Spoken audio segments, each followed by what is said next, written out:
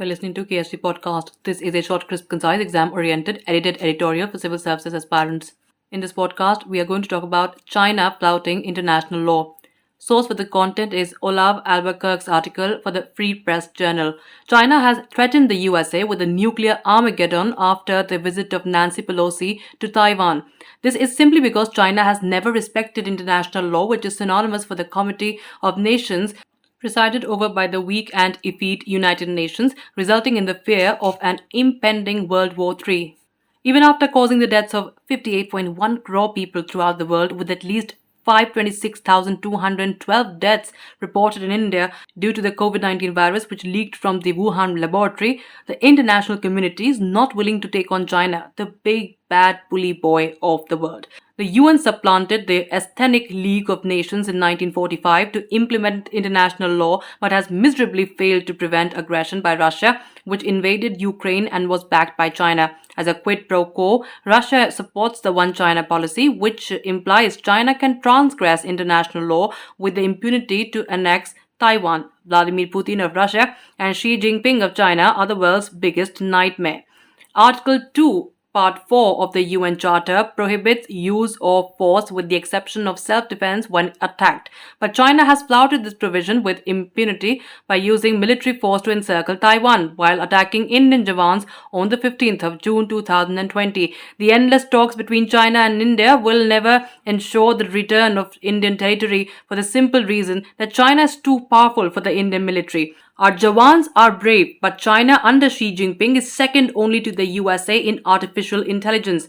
Hide your strength and bide your time is the aphorism guiding Chinese foreign policy, which makes it impossible for China to coexist peacefully with India and its neighbors. For China thrives on expansionism, which is why it gobbled up Tibet in 1965, from where it uses its formidable military to nibble at Indian territory in Ladakh. Between Articles 2 and 51 of the UN Charter, or between the use of force and self-defense, lies the UN's collective security structure. The use of force by China is prohibited because it is not defending its own territory while it falsely claims to do so. The Security Council has to authorize the use of force but makes an exception if an armed attack occurs on a nation before the Security Council can prevent it. China has attacked India and encircled Taiwan in gross violation of Articles 2, Part 4 and 51.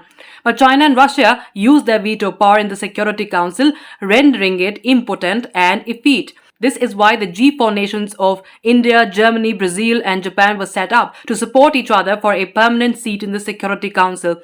These countries concur that the Security Council has miserably failed to preserve global peace and security due to the use of the veto by the 5 permanent members of Russia, China, USA, UK and France, rendering international law a beautiful rainbow in the sky. If the USA permits China to take over Taiwan after Nancy Pelosi declared Taiwan was an independent country, it will prove that international law is dead and the world better accept that China is now the big bully whom nobody dares to challenge. History has repeated itself because just as the League of Nations collapsed in 1945 when Germany thumped its nose at this effete body, the United Nations has failed because China and Russia thumbed their noses at it. The 45 UN peacekeeping legal commitments ratified by 150 nations have been reduced to a farce.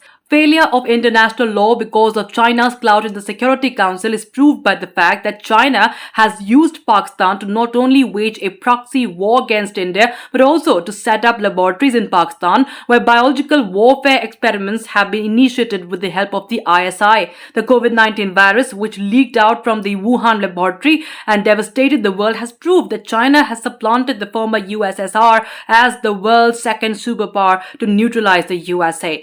China has bankrupted the Sri Lankan economy and controls the Pakistani economy by infusing huge funds into these countries to get them indebted to it so they will exchange their sovereignty for military bases. The repayment has been done by permitting renegade China to encircle India with nuclear bases in Sri Lanka and Pakistan so that India is unable to combat China. China has proved to be much smarter than the dead Articles 2, Part 4 and 51 of the Chapter 7 of the UN Charter, which have become a barter for Chinese hegemony of the world. China's latest round of actions in the South China Sea through war exercises involving fighter jets and warship flouts the United Nations Convention on Law of the Sea. In 2016, a UN tribunal concluded that China had violated this Convention on Law of the Sea, that is UNCLOS or UNCLOS, by operating within the Philippines EEZ, preventing fishing and petroleum activity, constructing artificial features, and preventing other maritime nations from using the region.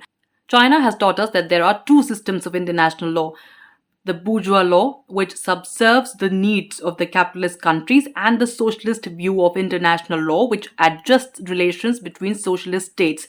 This theory has undergone a change, but China will never respect international law, which it makes and breaks at its own sweet will to annex territory. This is why India cannot coexist with China unless it is willing to accept being bullied forever and its territory being gobbled up. That's it for this podcast. Thank you so much for listening. To join KSG in our courses and to crack the ICE exam, visit ksgindia.com. You can also get a PDF of this podcast on ksgindia.com. Thanks for listening.